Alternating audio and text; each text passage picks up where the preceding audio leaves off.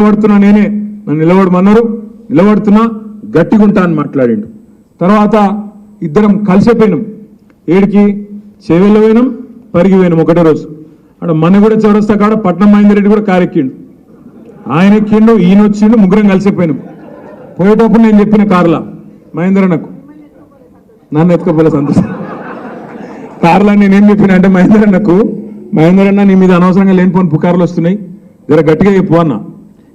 అప్పుడు చేవెళ్ళ మీటింగ్లోనేమో యాదన్నకు హాస్పిటల్ సమస్య వచ్చి బ్రెయిన్లో కొంత చిన్న ఇబ్బంది వచ్చి హాస్పిటల్లో ఒక వారం రోజుల పాటు ఉండుట్లా ఫోన్ల హాస్పిటల్లో ఉన్న మైకుల ఫోన్ పెట్టి మాట్లాడిస్తే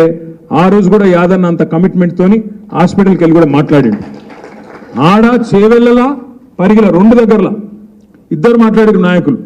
పట్నం మహేందర్ రెడ్డి మాట్లాడిండు ఇప్పుడు ఉన్నాయి ఆ వీడియోలు యాన్నో లేవు ఉన్నాయి మా తమ్ముడు కార్తీక్ కూడా ఉండే అందరం కలిసిపోయినాం పోయి నాకంటే ఎక్కువ చంపారు కాంగ్రెస్ ఆ రోజు పొల్లు తిట్టిండు ఇద్దరు తిట్టడానికి ఇంకా గమ్మని చెప్తా మీకు పరిగి పోయినాం పరిగి పోతే మంచిగా మా మహేష్ అన్న మంచి భోజనం పెట్టిండు ఆడ మంచిగా తిన్నాం తిని భోజనం అయిపోయాక మీటింగ్ పోయినాక మొత్తం ఒక 4-5 మంది ఉన్నారు హాల్ నిండా బ్రహ్మాండంగా పరిగిలో ఉత్సాహంగా ఉండే ఆడ పోయినాక నేను మహేందర్ అన్నతో అంటి ఇంతకుముందు కారులో చెప్పిన చూడు ముచ్చట అది చెప్పు అన్న చెప్పమంటే మహేందర్ అన్న లేచి ఇగో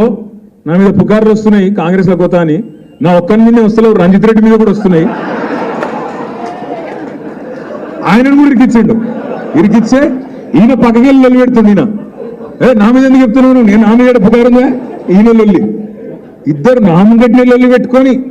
ఆస్కర్ అవార్డు గెలుస్తారు చూడు దానికంటే ఎక్కువ యాక్టింగ్ ఇద్దరు నేను ఓతలేనంటే నేను ఓతలేను నేను మంచోని అంటే నేను మంచోని నేను పిచ్చోళ్ళకి ఇద్దరు నమ్మిన ఏం చేస్తాం నమ్మి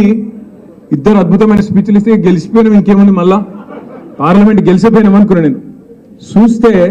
15 రోజుల తర్వాత సీన్ కట్ చేస్తే ఈయన మల్కాజ్గిరి అభ్యర్థి ఆయన చేవెళ్ళ అభ్యర్థి కాంగ్రెస్ ఏమైందిరా అయ్యా అంటే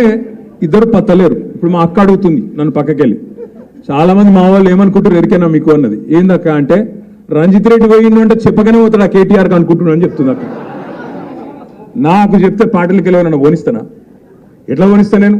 ఇంకొక మాట మాత్రం మా తమ్ముడు ఆనంద్ అన్నాడు ఇంకా మిగతా మిత్రులు కూడా అన్నారు ఒక మాట మాత్రం నేను మీకు ఇస్తున్నా నేను 2018లో ఆనాడు విశ్వేశ్వరరెడ్డి గారు ఆ రాజకీయాల్లో లేనప్పుడు రాజకీయాల్లోకి పట్టుబట్టి తీసుకొచ్చింది నేను ఆయన ఇంటికి పోయి 14లో ఆయన ఇంటికి పోయి నువ్వు రావాలా నీలాంటి చదువుకున్న వాళ్ళు కావాలి రాజకీయాల్లో అని తీసుకొచ్చిన ఆయనకేం పుట్టిందో 18లో ఆయన జంపు ఆయన కాంగ్రెస్లోకి పోయిండు ఆ రోజు మళ్ళీ చెప్పిన నువ్వు ఇలా కాంగ్రెస్లో కూతున్నావు